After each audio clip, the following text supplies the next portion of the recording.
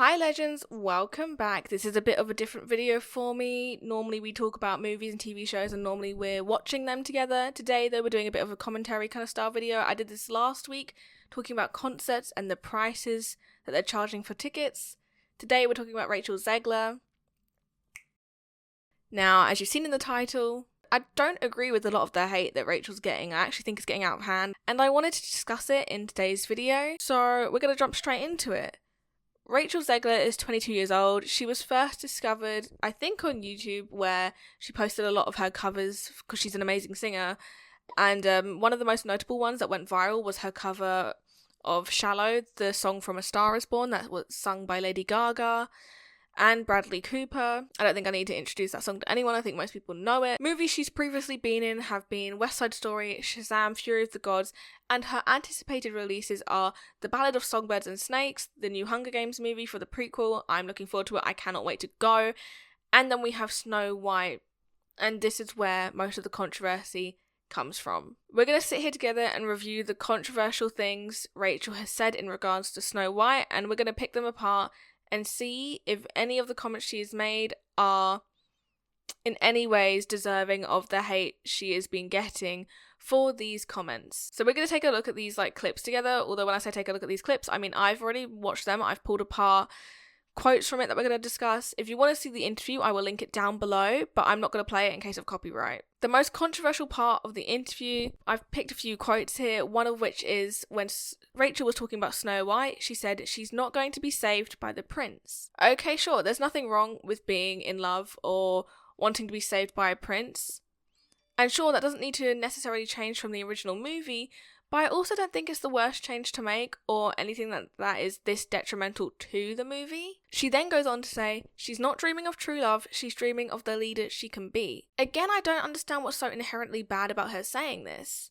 Yes, I can understand there's nothing wrong, again, with falling in love and dreaming of true love. That's fine. That's a very humane experience to have. And I get it, people are irritated with Rachel because it seems like everything she is saying is picking apart this movie that a lot of fans love about this movie. And a lot of people seem to be taking it as if she's directly saying to them that true love shouldn't be a thing and it's not feminist and it's just not right. And again, Rachel also falls into this kind of category of feminism where if it's, well, she seems like it. I don't think she truly is, but we'll get into that later. But it seems like she falls into this category of feminism where it's if it's not my feminism, then it's the wrong feminism, it's not true, it's just anti-feminist, when that's not true.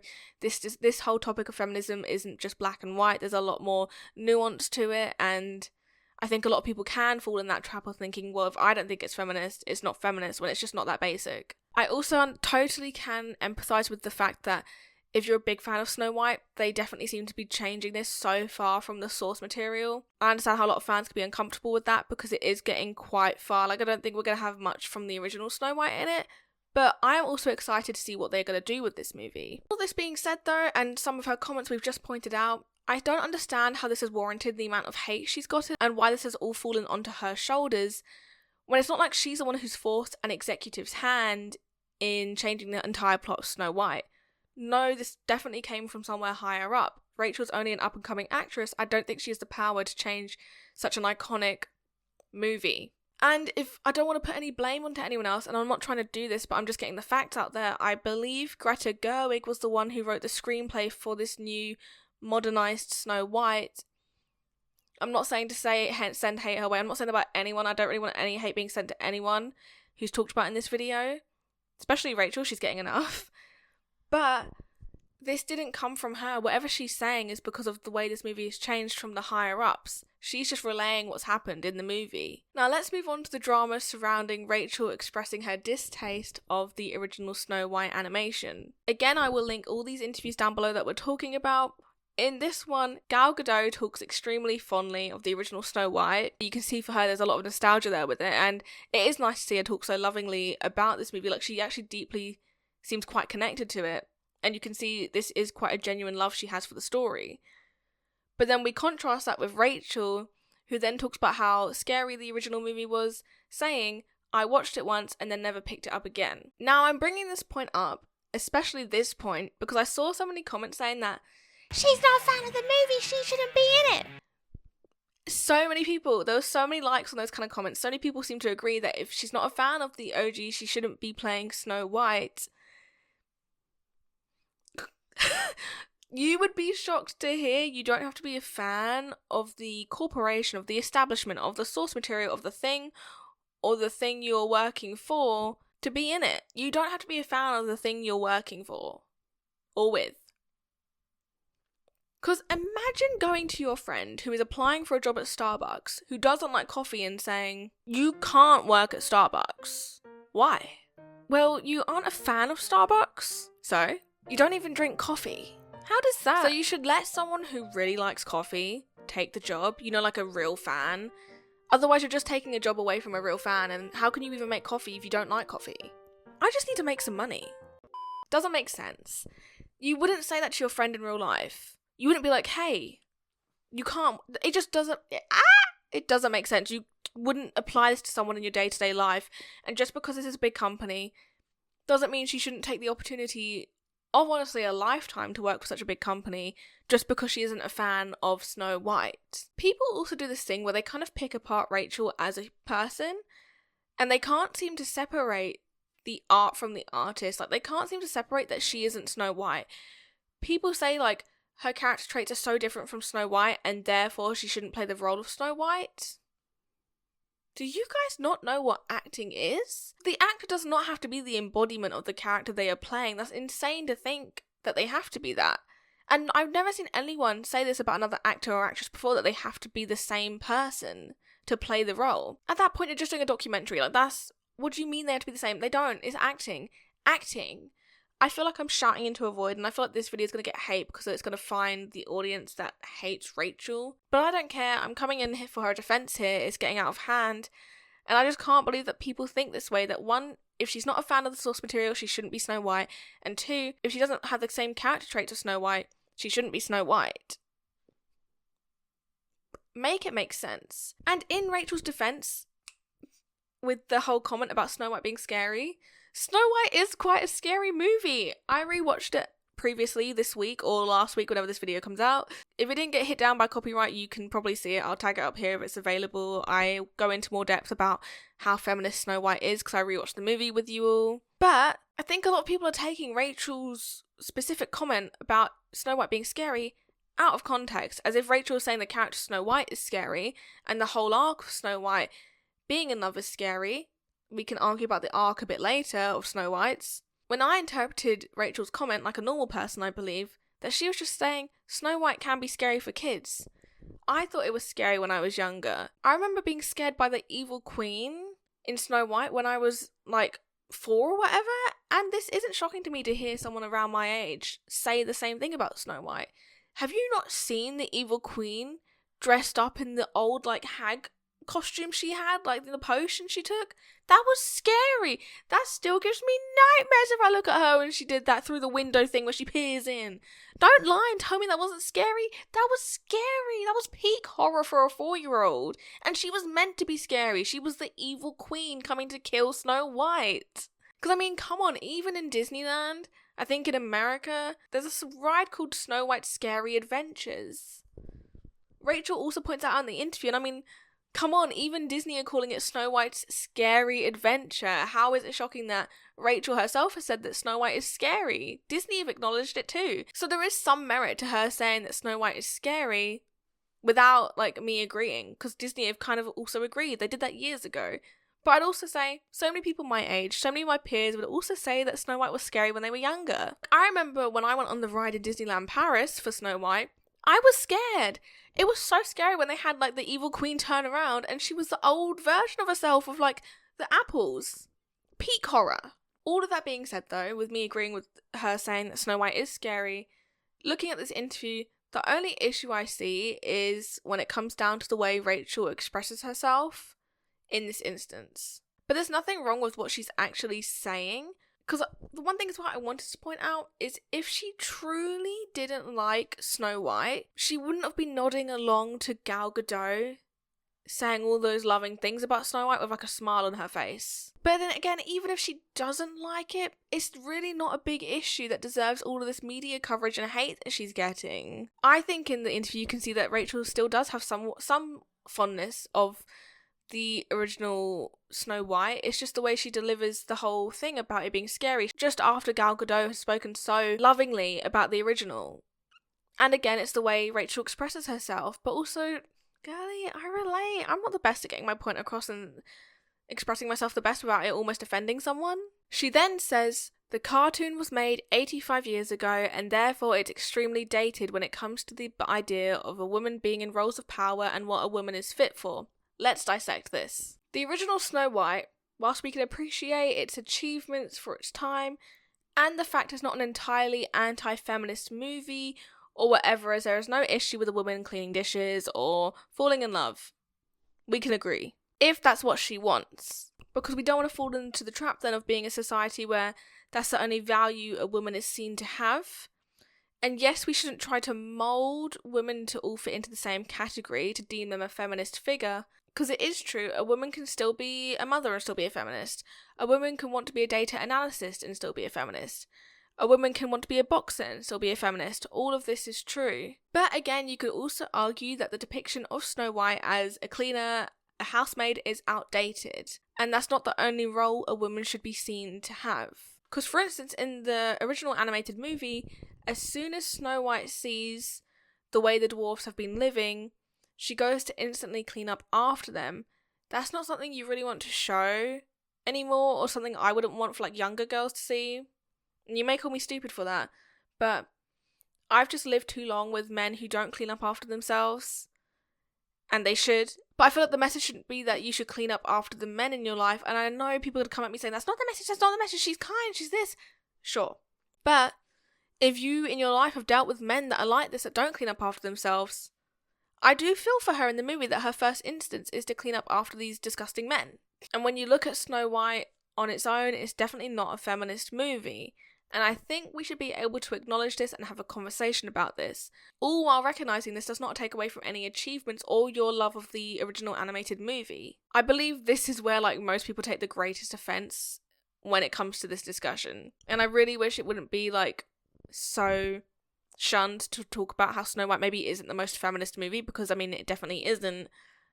And I don't know why we should be shunned from saying that. Now we're going to talk about the original Snow White movie, the pros and cons. Is it outdated? The movie starts with Snow White looking into a wishing well and singing about her dreams of falling in love with a prince and that he will come to her, and seconds later he arrives, and while she is shocked by his presence, she is also definitely enamoured with him, and the same with him in regards to her.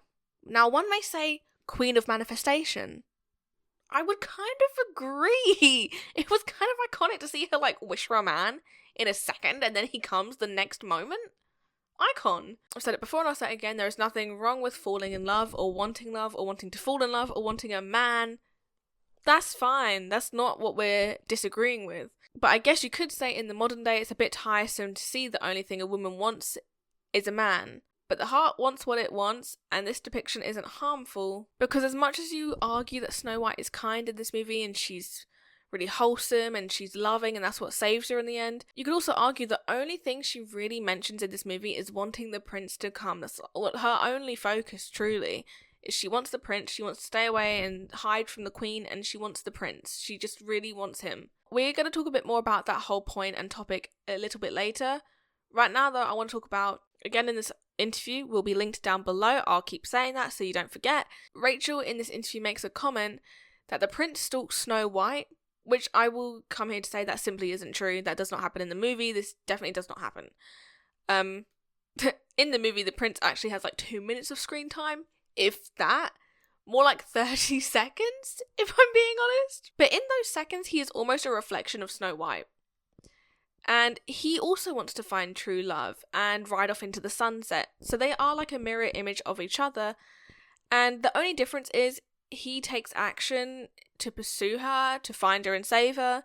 Whereas Snow White doesn't really have anything to do in the movie to achieve any of her goals. She doesn't have an active role in achieving her goals. The character of Snow White in the movie doesn't actually have a whole lot of character development. I said that earlier, but her character arc is a bit shaky. And it is quite insane to think that, given she is the main character. So yes, there would be some changes that need to be adapted. There's not a whole lot to it. I think for a lot of people, they love it because of the nostalgia. But I promise if you rewatch it, it may not be everything you remembered it to be. It definitely wasn't everything I remembered it to be when I was younger. For instance, Snow White spends the majority of the movie in the dwarf's cottage, where we just see her cooking and cleaning for them. For most of the movie, we don't even see her. I was quite shocked to see the main focus was actually more on the seven dwarfs rather than Snow White, who is like the main titular character. I know the dwarfs are also in the title, but it's Snow White and the seven dwarfs, not the seven dwarfs and Snow White. In defense of the original movie though, what is cool though is that the person who holds the most power in this kingdom is the evil queen. There isn't a king, it's just my girl boss. Ooh, loved her in the movie. What an icon. In the movie, she isn't happy to learn that the fairest in the kingdom is Snow White and not actually her. Because of this, she's like, we need to eliminate that girlie immediately. She cannot live in the same kingdom as me.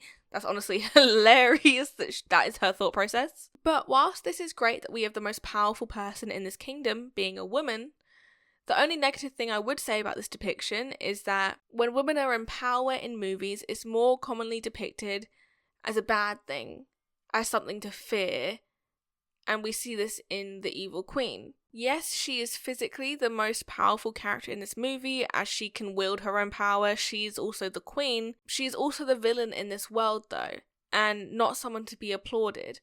Whereas Snow White, the woman who cleans and picks up after these seven men, is. Before anyone gets upset, I feel like I need to put a PSA every second, but I'm not saying there's anything wrong with being a homeowner or being a housewife or wanting to be just a stay-at-home husband, mum, but you cannot ignore that this was the depiction of women in this example. Yes, Snow White in this movie is kind, generous and loving, but we really don't get to learn that much about her in the movie. She lacks depth, which we definitely need for a new version. She lacks depth in this movie, and I would definitely love for the new version for her to have a lot more to her, to be more of a three-dimensional character, because so many people will come to Snow White's defense and be like, but she was kind, but she was generous, but she was loving, and that's why this is a feminist movie. But when you really watch it, there's not much to Snow White's character.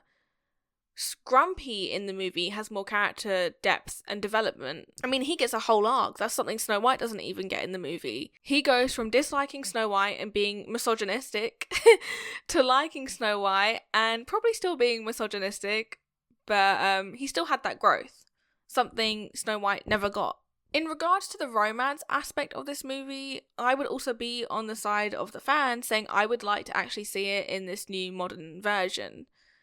I know they don't have it, I don't believe they do. By the way, I've heard them talk about it and portray this new movie that's coming out, but I would love it if they did go for the romance, and if they actually developed it with the Prince and Snow White, because I feel like they've fallen into this trap again of thinking women can't fall in love, that's anti-feminist, like that's not the right thing for this movie. But I think it would have been more powerful if we developed both of their characters and let me see them fall in love on screen gradually. Maybe not instantly like in the animated version. Have it be a gradual thing where they work together and fall in love, and not the intense 3-second love we see in the animation. I don't think the romance has to be removed from this modern adaptation for Snow White to be feminist. I truly don't. What we do need is three-dimensional female characters who actually have opinions and take action, whether that be through fighting or simply just being a kind person. And as a result, that can drive the plot. But we don't see that in the animated classic, and instead, yes, we see a kind character, and yes, she cooks, and yes, she cleans, but none of these elements drive the plot forward.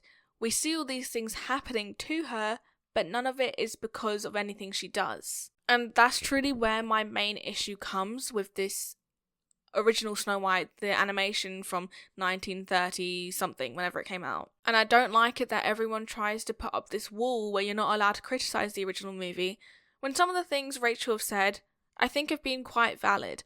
And you don't have to agree with her, but she also doesn't deserve the hate she's getting. If anything, the only issue I see with Rachel Zegler is maybe a lack of media training. I believe Rachel means no harm by what she is saying. It's just how she is saying it that is upsetting people. If it was worded differently or said in a different tone, I think there would be less backlash. In interviews, the way she speaks can come across as a bit arrogant or cocky sometimes. But I've seen her vlogs and honestly she seems like such a lovely person. So I truly think it is just, again, the lack of media training, and maybe it's anxiety rolled into it, because I noticed in interviews she talks really fast, or sometimes even talks over other people in an interview. Probably just anxiety. I like to think the best of people. And I mean, I've watched all of her vlogs on her channel, and this idea that her interviews are really driven by anxiety feels like this could be the case, because her vlogs have a very grounded and calming vibe to them. So I think it's just how she presents herself in these interviews that people are having issues with. I think her vlogs are lovely. I find them very cozy to watch myself. I've watched them multiple times. Rachel, I'm a Rachel Zegler fan. I'm here for you, girly. Then again, though, I don't even want to call like the way Rachel presents herself as an issue, because I just think it's sort of unfair. We've seen the same kind of media hate train happen with Brie Larson. I feel like the second I bring up Brie Larson, there's going to be so many sighs and so many people rolling their eyes, but then that kind of proves my point. The second a woman isn't agreeable or easy to get along with or does not conform to society's idea of a woman, she's pushed into the category of being seen as insufferable and irritating or annoying. But when men act like this, we never see a backlash to this scale. Like, truly, when have you seen this level of backlash or hatred targeted towards a male singer, actor, whoever, in regards to a project they've worked on? I mean, Robert Pattinson was the #1 Twilight hater back in the day. He did not really have many good things to say about it. He would always like divert questions and say that he thought it was like just Stephanie Meyer's fantasies. And people thought he was funny. And I mean, he was funny, and it was the way he delivered those things. And again, it's us saying about the way Rachel expresses herself. But I'm so tired of seeing young women being dragged down like this.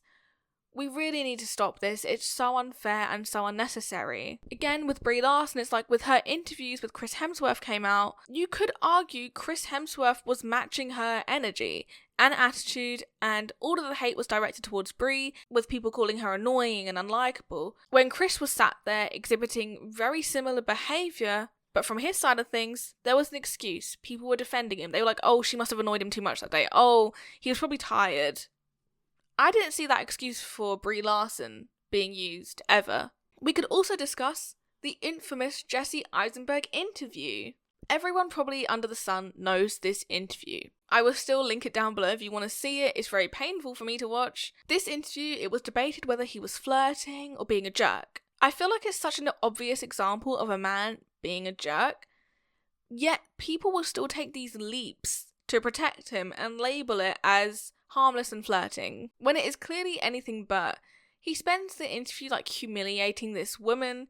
She states she wants to cry in the interview, and later on in a blog post she confirmed she didn't like the interview and she thought Jesse Eisenberg was a jerk. And there's still people debating whether this was flirting in the comments. I mean, like, look at this one. Am I the only one that found this hilarious? You have to watch this twice. First with the belief that Jesse is being a jerk, and second with the belief that they're flirting. I actually like this interview. It feels less fake and more witty, even if it was more mean-spirited. I dislike how people have to pretend to be what they are, not just because it hurts someone's feelings. I said your name at the camera. What else do you want from me?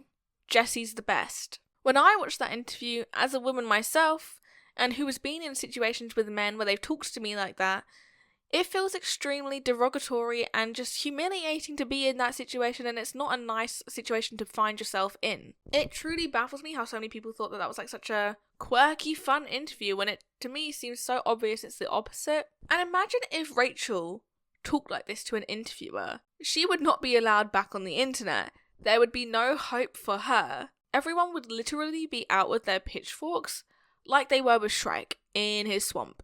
I just think this could all come down to as well, it's so tiring being a woman, it's exhausting. If you're not likeable, you're done for, and not every woman is likeable, and not every woman has to be likeable. Shocking, I know. And just because a woman isn't likeable, it doesn't make her a bad person, or someone that deserves this level of hate. Yes, the original Snow White movie isn't an abomination and it isn't extremely anti-feminist, but there are definitely some changes that could be made and it wouldn't hurt. So my conclusion is Rachel truly does not deserve this level of hate she has received in regards to her comments for this new Snow White movie she is a part of and the lead of. I think it's been spun extremely out of proportion, and the internet, in my opinion, owes her an apology. And I would like to say I've never seen so many people care about the original Snow White animation until Rachel made her comments. Like, when were so many people such big fans of this and such defenders of the original? This video isn't me telling you that you have to like Rachel Zegler or even sympathise with her. You don't have to. You don't have to like her. No one is saying that. But I don't think she deserves to be put through this level of hate. I've scrolled through so many video essays about her and listened to some of the things they say, and it's just not warranted, and especially over a few comments she's made. The comment sections in these videos are awful. The comments about her on anything are kind of awful. I feel so bad for her. This is just so mean, some of it. It's very mean-spirited. It's giving mean people click at school, the bullies, it's giving that. And I'm so tired of seeing it targeted towards her. Even under so many of her interviews, the comment section is truly just uncalled for. I'll leave it with this. How are we living in a world where unlikable women are getting more hate than like these actual abusers or awful people out there? How? If Rachel Zegler's only crime is being annoying or being unlikable, how do you then commend or agree with the level of hate she's been getting for what she's saying? I truly do not understand. Rachel, girlie, if you've seen this, I don't know if you have, you probably haven't, because you probably don't want to be on the internet, and I don't blame you, but I'm sorry for everything the internet's been putting you through. You truly deserve better, and I hope you are doing well. And I hope as well all my legends are doing well. I'm sorry that these videos have been different and so different from what I normally post. I know it's a bit jarring, but I hope everyone's doing well. I truly do. I wish the best for everyone. I hope you're all living your best lives, and we will keep the conversation going in the comments. Let me know what you think, but keep it level-headed, keep it respectful, and I'll see you there. Bye!